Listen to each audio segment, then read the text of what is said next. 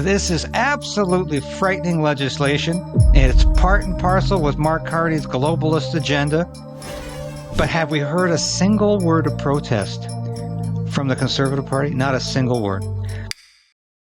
Hello again, everyone. Welcome back to GBN Originals. My guest for interview today is David Krayden, an independent journalist based in Canada, a good friend of mine by now, and someone to whom I go routinely looking for the kind of perspective on matters Canadian that are, well, it's a difficult perspective to find anywhere else. So once again, thank you, dear friend David. Always nice to join you, Neil. We just love your broadcast here in Canada. I think I'll kick off simply when last we spoke on here. It was in the immediate aftermath of the elections in Canada that quite unexpectedly, I think it's fair to say, delivered Mark Carney and the Liberals into office, and it was quite raw in the immediate aftermath. I wonder, first of all, could we just catch up with how things are sitting now? Well, he's 4 seats short of a majority government. And that essentially means he's got to find support from one of the other three parties. And that's of course, the New Democratic Party, which is reduced to 7 seats. It was almost annihilated in this election. The Bloc Québécois, which are a bunch of separatists, as far as I'm concerned, shouldn't even be sitting in the House of Commons. And the Conservative Party Canada, which came in a very strong second. But what's going on right now is that Mark Carney is trying to appeal as everybody's favorite politician. And he has done his best to co-opt the Conservative Party as almost a governing partner. And I'm not suggesting there's any sort of coalition going on here or any sort of de facto union.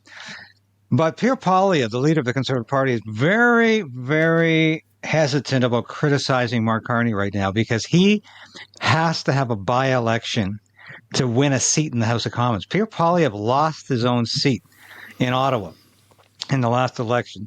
So he's sort of biding his time until he can get a by-election in Alberta, which he's sure to win, even though it's going to be a difficult campaign because it's a very strong riding for Alberta independence. So Poilievre is going to get questions every day about Alberta sovereignty, Alberta independence, Alberta separation. But Poilievre is saying very little against his government. And Mark Carney is trying to use the right words, almost like he's a small C conservative, except what you have to do is go past the verbiage and go past the words and say, what does he really mean when he talks about affordability, about safe streets, when it's stronger borders and bolstering national defense?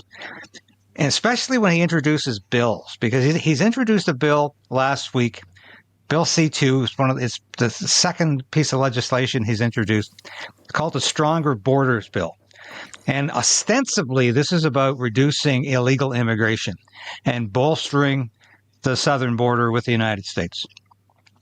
However, you read through the bill and you find out very little of it is about bolstering the border. It's about a massive surveillance campaign he's planning for Canadians on the internet, a cashless society, eliminating cash deals, cash transactions above $10,000, and empowering the RCMP, or our National Police Force, as well as Canada Post, posties, to open our mail if they suspect that somehow there's money laundering going on or we're part of organized crime. They don't even need a warrant to do it. This is absolutely frightening legislation, and it's part and parcel with Mark Carney's globalist agenda. But have we heard a single word of protest from the Conservative Party? Not a single word. Pierre Poilievre keeps talking about, why aren't they having a spring budget?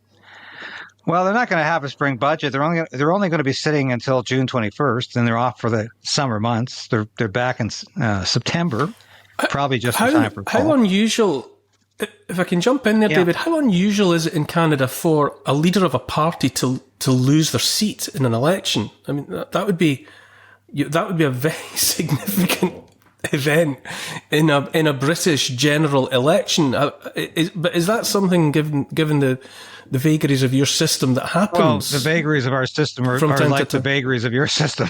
It's the same system. It's a first past the post system. We've never adopted any kind of proportional representation in Canada.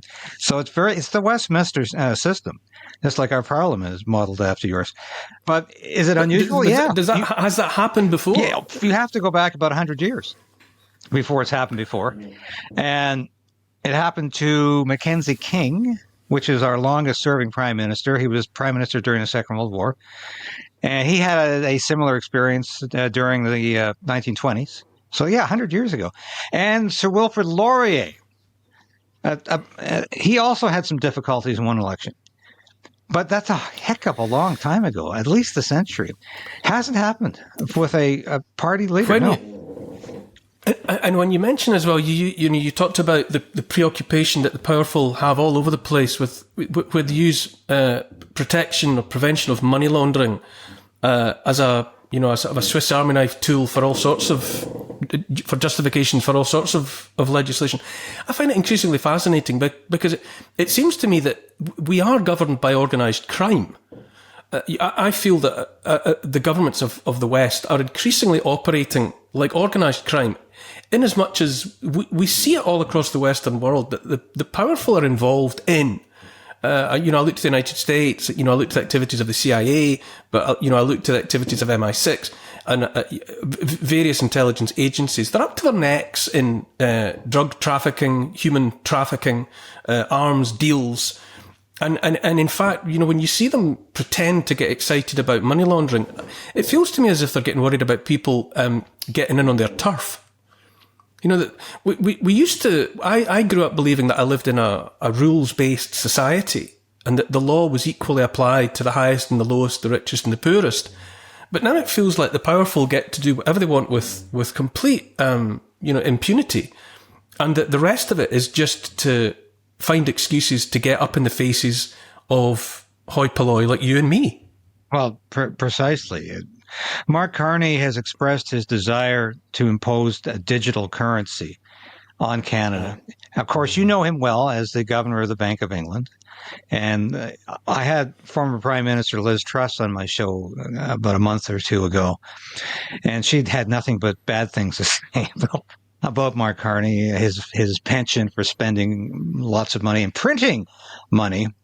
But Mark Carney likes the idea of a digital currency because it represents control for him and control for the government over what we spend our money on. They want to know what we're purchasing. They want to know what we're up to. And this is the same Liberal government that froze bank accounts during the Freedom Convoy protest, not just the participants in the Freedom Convoy, but anybody who donated money had their bank account frozen. And guess who was behind that? Who was giving the advice to freeze the bank accounts? Chrystia Freeland, who was the finance minister, didn't come up with that one on her own. It was the chief economic advisor to the Liberal government at that time. Guess who it was? Mark Carney. That's what he was doing at that time. He was advising the Trudeau government to go in that direction, to go heavy on the Freedom Convoy protest, the truckers who came to Ottawa, saved Canada from the worst of the COVID mandates, saved Canada for a lot of government authoritarianism. But in the process, they've been punished and they've been beaten to death by the government. So, yes, this is all about the government controlling what we buy, what we purchase, knowing as much about us as they can. Is that organized crime, or is that like MI6, CIA, or in our country, CISA's gone wild? This is a massive surveillance state that's being unmasked in Canada. This is where Mark Carney's headed towards. And I always tell people, it's like I've seen this movie already. I know how it's going to end. I know where we're going. I've seen the ending. And I'm just waiting for this thing to unhinge. I'm waiting for it to happen in front of my eyes. But I know where it's going to end. We are on the precipice of falling into an authoritarian pit.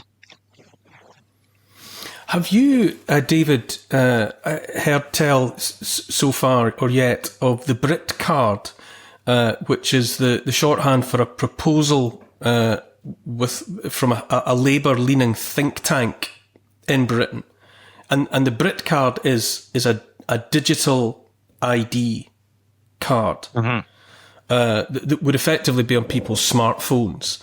and that would be accessed by, well, really whoever was given sanction to access it. And it would pull together into one place people's health information, their banking details. It would make it possible to check where people had been, what they had done while they were there, whether they claimed benefits, their relationship with their landlord, the mortgage, everything, all their financial details would all be in one place.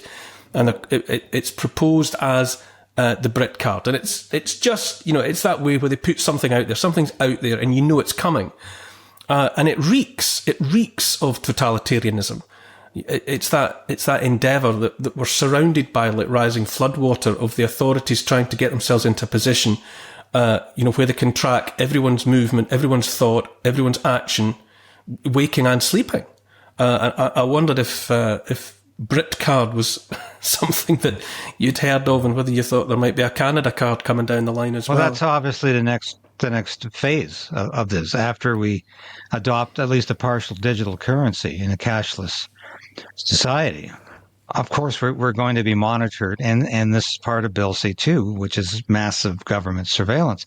And what better way to keep track of people, of course, is with one digital card. And where is that going to go after that? Well, I know we're looking at a social credit score here in Canada, like they have in China, because that's how they'll produce a social credit score. They'll know what we're watching, what I'm saying on the internet, if I'm in sync with the liberal narrative, if I'm in sync with climate change hysteria, if I'm in sync with how the government wants me to think. What am I buying? Maybe I shouldn't be buying this because the government disapproves of it. And that's how they'll control us, because we're headed for the digital ID card. We're headed for a social credit score. And by the way, if you don't meet the standards, and I'm sure you know this, of the social credit score, you won't be able to get medical attention, or at least first rate or even second rate medical attention. You might not be able to go to grocery stores to buy food. You won't be able to travel. You won't get a passport. And you'll probably be relegated to 15-minute cities. It's all part of the same package. We've been talking about this for 10 years at least. And all you have to do is go to the World Economic Forum's website, and you'll see it all there. This is not some crazy conspiratorial talk. They've been planning this for years. But it's happening in front of our eyes, especially here in Canada and in Great Britain as well. I mean, you've got a crazy prime minister there who locks people up if they say anything on the internet he happens to disagree with. That used to be something that was unimaginable for a democracy like Great Britain. And a lot of things are unimaginable in Canada, but they're happening. But yes, I mean, it's all very odd. But to come back to matters Canadian and to come back to Carney, a podcaster and commentator that I'm very aware of, Ivor Cumins, he's an Irishman. I'm sure you've probably run across some of his content. He inspired me recently to look into the Cloward-Piven strategy. Oh yes, which was a document put together in the mid 1960s by a couple of Columbia University professors, where they described how a functioning nation state could be brought to its knees from the inside by encouraging impossible numbers of people to overload essentially the welfare or the benefits system of that country, and that the ensuing chaos would cause financial disaster, and that even the middle classes in these societies would be so hollowed out, would be so filleted by the financial difficulties, that they and everybody else would be clamouring for help from the state. And the help from the state would be universal basic income of one sort or another. Mm.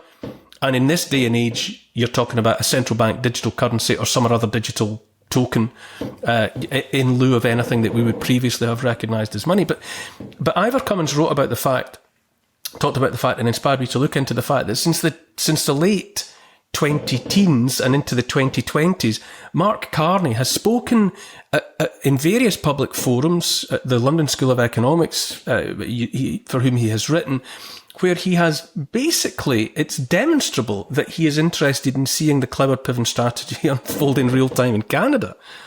And now that he is in the position of authority in which he finds himself in Canada, it's arguable that he's in favour of all of the schemes that,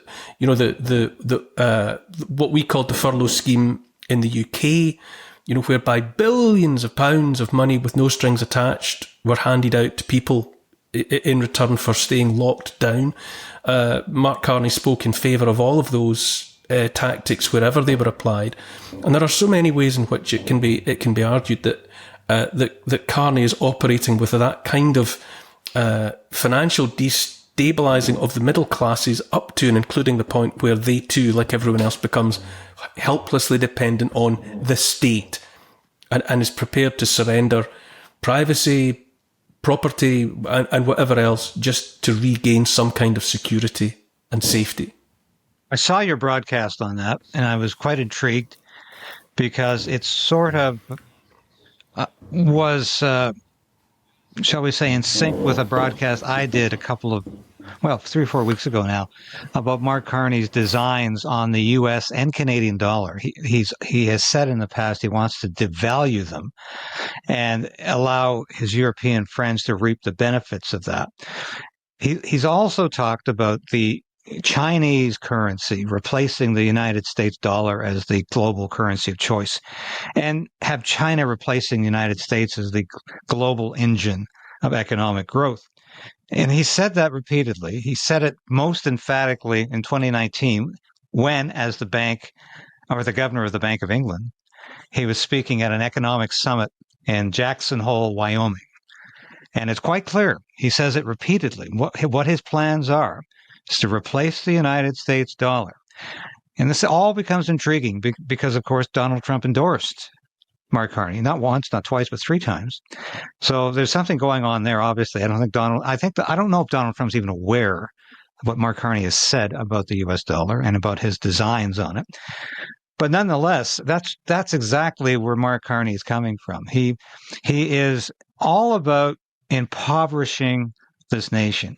In other words, exactly what he says is exactly what he doesn't mean. He talks about Canada being an energy superpower. He doesn't want Canada to be an energy superpower. He's still a disciple of net zero. He's an acolyte of environmental extremism. He has no intention of expanding the energy sector in Canada. He has no intention of building pipelines so Alberta can get its oil and gas out to foreign markets. He has every intention of impoverishing this country to the point where we can't even afford to eat meat anymore. So we'll be eating insects and we'll be living in Soviet-style block housing. That's his solution, by the way, to the affordable housing crisis in Canada.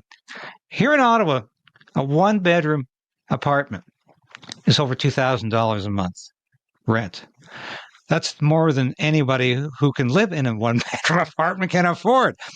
Housing prices have gone through the roof. He appointed a housing minister who was a disaster in Vancouver. While Gregor Robertson was the mayor of Vancouver for 10 years, he doubled the price of single-family dwelling homes in Vancouver. He made Vancouver the most expensive city in North America, surpassing New York, San Francisco, and L.A.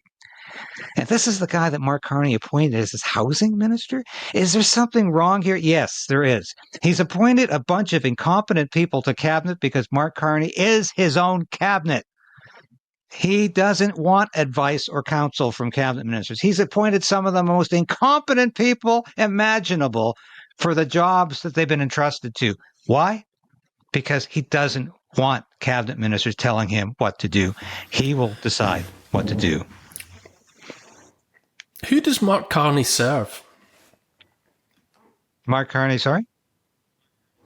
Who does Mark Carney serve? Mark Carney serves China. There's no question about that. He is in hawk to China. As late as last October, he was in Beijing securing a $276 million loan from the Chinese central bank for his company that he was still the chairman of at that time. And of course, he was supposed to be there representing Canada, but he had lots of time to represent his private interests. And as I said, he is deep in the pockets of China. Who else does he represent? Who does he serve? The globalists. He was the UN Goodwill Ambassador for Climate Change after he left the job as the governor of the Bank of England. He's heavily indebted to the WEF. He's a huge fan of Klaus Schwab. He's a huge fan of everybody who makes that organization what it is. Does he really want to see Canadians eat insects and live in 15-minute cities? Oh, yes. Yes, he does. But of course, he'll never be subject to that kind of abuse. Neither will the people close to Mark Carney. But it's never about them going through any kind of ordeal or suffering for the sake of climate change, for the sake of saving the earth. He doesn't give a damn about saving any earth or any planet. He gives a damn about saving Mark Carney and his globalist friends. So that's who he serves. And it's quite obvious. Who else does he serve? I would say the devil. Although I can't be quite certain of that. He's supposedly a good Catholic. That means absolutely nothing to me. He's at the very least a smorgasbord Catholic, what I call a smorgasbord Catholic. He picks and chooses doctrines that he will follow and those he will reject, including things like abortion. But who do I really think he serves? Yes, Mammon, as the Bible talks about, and the devil. It's fascinating to me the way in which once you get the trick, once you see it, you can't not see it. By which I mean, when you realise that what they say it's about is precisely what it's not about. That's essentially the trick. Mm-hmm. You talk about everything that Mark Carney professes to care about and to be working towards. He's actually, in reality, faced 180 degrees in the opposite direction, and that's where he's going. He's going in the opposite direction from what he says he is. And you see it everywhere. I was reading just the other day about the extent to which balsa wood, old growth forests of balsa wood trees, are being harvested on a colossal scale to provide for the fans, the fins for the enormous wind turbines. Which underscores the extent to which we're sold all of this as being green and all of these objectives being about saving the planet, when they're plainly destructive of the planet and they're only about greed and not green. It's so obvious, that the damage that's being wrought upon ecosystems in pursuit of cobalt and lithium, and the rest of the rare earth metals that are required for solar panels and for all of the rest of it. They talk about sequestering and getting to net zero for carbon, when carbon is the plant food, upon which life on Earth depends. And it's mystifying to me how many people fail to see the simple, or fail to understand or grasp the simple trick, that all you really have to do is to listen to what these politicians say, and whatever is the diametric opposite of that is the intent. Well, that's precisely it. It's like I was watching a fascinating documentary produced out of the UK about farming. That was just one of the issues it covered. But how so many good acres and acres of farmland, thousands of acres of farmland, thousands of square miles of farmland are being taken over by solar panels and windmills. And of course, solar panels can't even, the irony is they can't even be recycled. They just go to a landfill when their use is terminated. And yet, is there a purpose to all this other than just trying to use solar power as a alternate source of energy? And we all know it can't fill the void left by fossil fuels. We can't run a modern economy on solar energy and wind power. It's ludicrous. It's beyond belief anyone would even suggest it. So what are they up to? They want to destroy the family farm. They want farmers to disappear so we can no longer eat the nutritional, good food produced from the earth, from the land. So we will be forced to deal with these factory farms where the food is god awful. The food is not even edible, but that's what we're going to get. And because they want to destroy the family farm. And if people don't wake up to this, it's going to happen.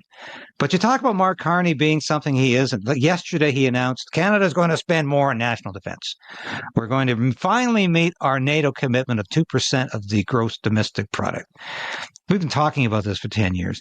And 10 years ago, I thought it was a great idea. I really did. I thought, yeah, Canada should be meeting our NATO commitments. After what's happened in Ukraine, of course, I'm saying NATO is past its due date. We should disband NATO. It is beyond recognition. Too many member states. I'm not going to war because some Eastern European state I have never even heard of gets into a war with Russia. And I'm not going to war with Russia. And that's exactly what where NATO is going. But Mark Carney, to announce this massive increase in defense spending, do you think it's going to go to secure Canadian borders to defend Canada? Not for a minute. He's going to send as much as he can to Ukraine. He's going to continue to spend billions into the black hole of Kiev. And he's expressed interest in not only joining the European Union, as stupid as that sounds. Canada is not even near Europe. Yeah, but he wants to join the European Union Defense Force. So it's bad enough we're still a member of this teetering organization of NATO that's desperately trying to seek a war with Russia. Now he wants to get involved with another European Defense Force that is also desperately seeking a war with Russia. As insane as that is, because as you well know, your country that used to be the preeminent naval force in the world, the greatest navy ever seen. The Royal Navy was the greatest navy in the history of mankind. It now has more admirals than it has battleships. You can only fly half of your operational fighter jets because the rest are under repair constantly. And in terms of... I can top you there, David. We've got more... The British Army's got more horses than tanks. That's where I was going next, yes. So you're going to fight Russia, are you? Or Emmanuel Macron is going to fight Russia with his vestiges of a defense force. It's nonsense. Russia would hit back so hard within 24 hours, France and Britain would be annihilated. And it's absolutely... It'll be the charge of the 600. Yeah. So... We'll be sending horses against the big guns. Exactly like 1939 and when Germany invaded Poland. It's going to be a similar sort of route. And that is Mark Carney. And does he care? He talks about Canada strong, Canada first. That's the last thing on his mind. It's China first, and it's Europe strong and globalism strong. That's where his heart really is.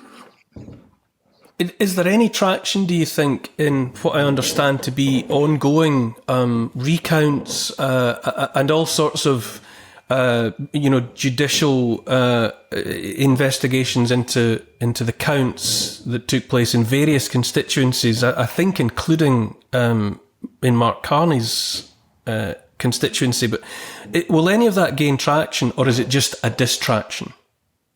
I doubt it's going to gain any traction at this point. It gained a lot of traction following the April 28th election because there were irregularities just about all across the country. We had instances where polling stations closed 3-4 hours early, for instance. People couldn't vote. We had instances of ballot boxes disappearing, being taken home, being returned. We had instances of vast discrepancies in recounts. People winning by 1,000 votes and then losing by 2. In one case, there is an instance in Quebec where multitudes of mail-in ballots were not accepted by Elections Canada, and yet the Liberal won by literally 1 vote. That's being challenged. That's certainly a focal point. But is it happening across the country? Not really, but this was the most irregular election we've ever had in Canada. And I always said, if we did anything right in this country, it was running elections. Elections Canada, I thought, was a viable, valid, reputable organization, government agency. I was actually a poll manager in the 2015 election. I was quite impressed with how professional things were run. And of course, that was not long after the chaos and the hanging chads and whatnot in the U.S. election between Al Gore and George W. Bush, and all of the discrepancies and irregularities that came out of that. And thankfully, the one thing we didn't do in the last election was go to digital voting, which is rife for corruption, rife for abuse. And we've seen that around the world. So it was still done with ballots that were filled out by hand and put in a ballot box by hand. That was good. But we saw, nonetheless, all kinds of strange things going on during the election. And a lot of people have lost faith in Elections Canada. A lot of people, they did the worst job ever in an election. And that continues to reverberate. But is it going to make any difference in terms of the outcome then? No, I don't think so. It's interesting, isn't it? There's a general pattern of rising cynicism and lack of trust and faith in elections, really across the world. We see it over and over again in Europe. What happened with the Romanian elections that were that were halted because there was popular support for someone that the status quo did not like, someone that the incumbents did not like. The demonization of AfD, Alternative for Germany, successive question marks over US elections. And now in Canada, of all places, I grew up trusting that Canada, which, for most of my life I had never visited, but I nonetheless took it to be this honest, fair, democratic place. And if even in Canada, rising numbers of the general electorate and the general population are losing faith in the only token of democracy that they have, which is to vote in a general election, that's part of a pattern of rising cynicism across the West, isn't it? Oh, it is. It is. 100,000 Canadians left the country last year. 50,000 alone from Ontario, the most populous province in Canada. Well, at the same time, of course, we received 1 million new immigrants. So the face of Canada has been changed unalterably. 1 million. It is ridiculous. There are people who think we should have 50 million people here in the next 5 years. And that sort of philosophy is absolutely toxic.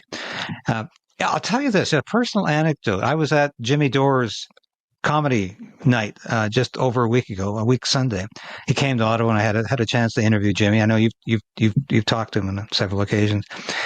Great night. And about 25, 30 people came up to me during the course of the evening to say, "Hey, we love you, and we love your show. We see you on Redacted. We've seen you on Neil Oliver. Love them all." And we're chatting, and they tell me, "But we're leaving Canada. Yeah, we're going to Mexico. We're going to Costa Rica. We're going someplace else in South or Central America. We just can't stand it anymore, and we know how this is going to end."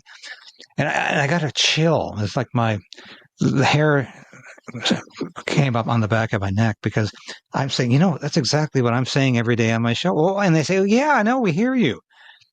And what you're saying is quite correct. We can see the ending too. We know where this is going. We know freedom is just about quenched in this country. We know where Mark Carney's taking us, and it's not a good place. We know what the ending is. We've seen the ending as well. We know how this movie ends.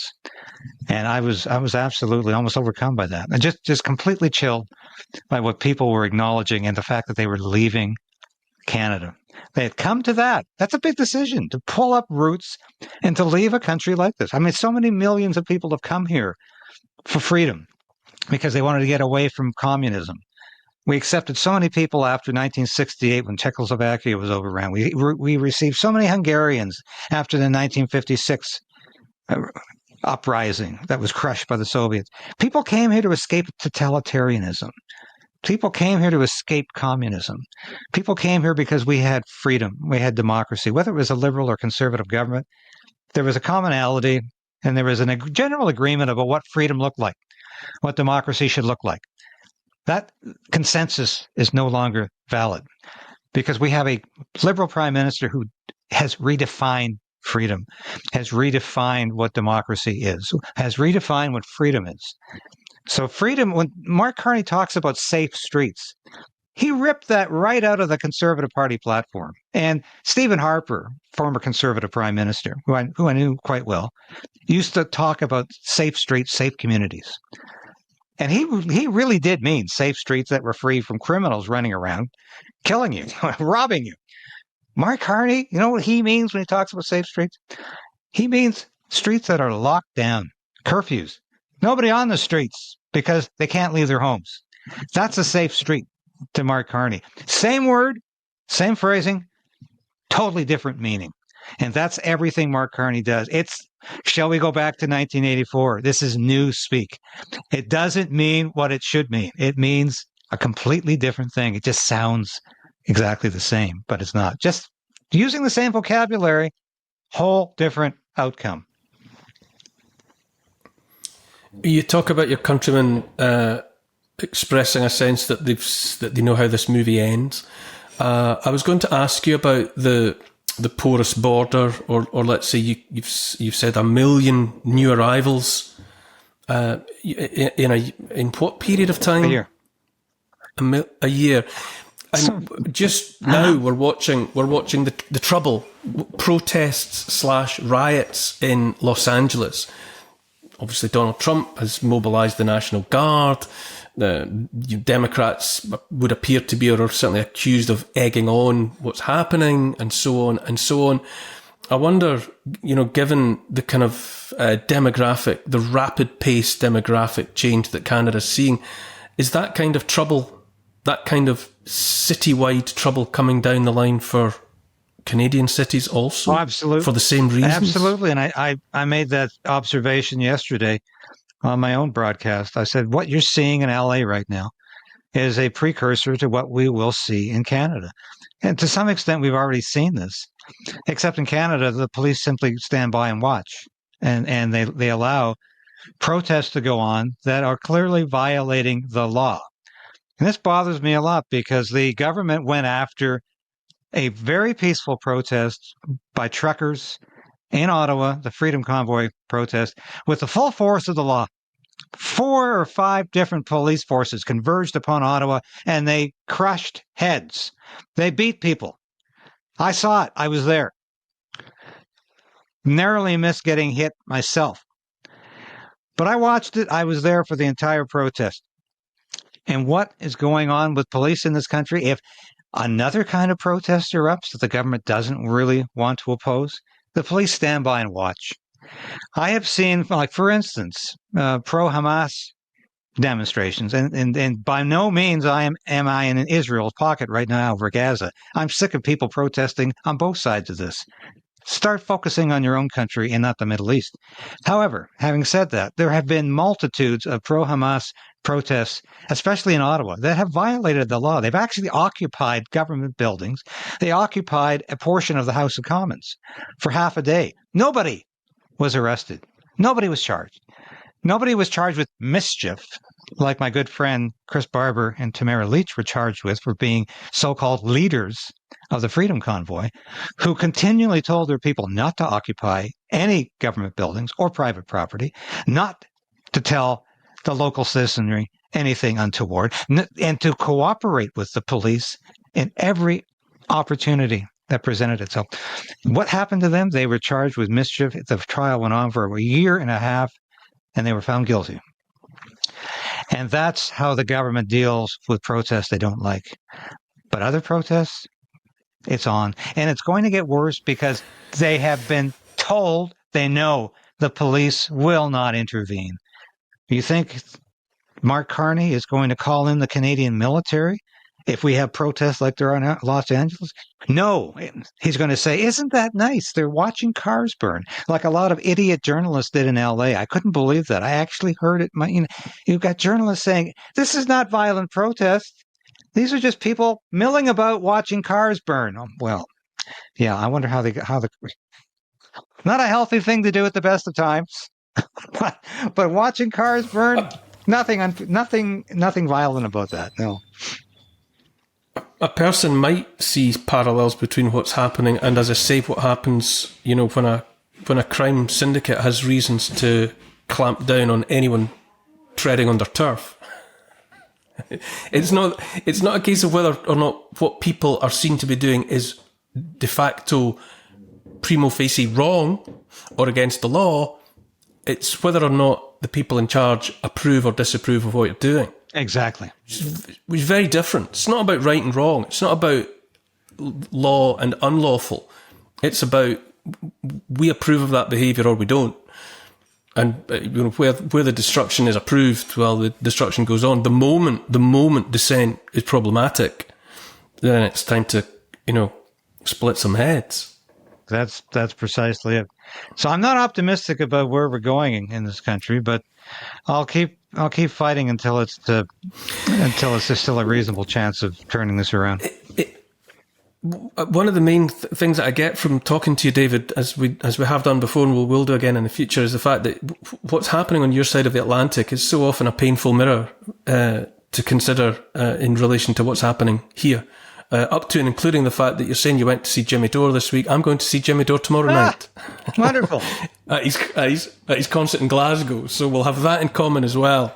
And the next time we meet and talk, we can discuss that as much as anything else. But for now, for being as usual so generous with your time, thank you, David Krayden in Canada. Well, it's a pleasure every time we talk, Neil, and you always bring insights to everything that we talk about. So thank you again for having me on the show.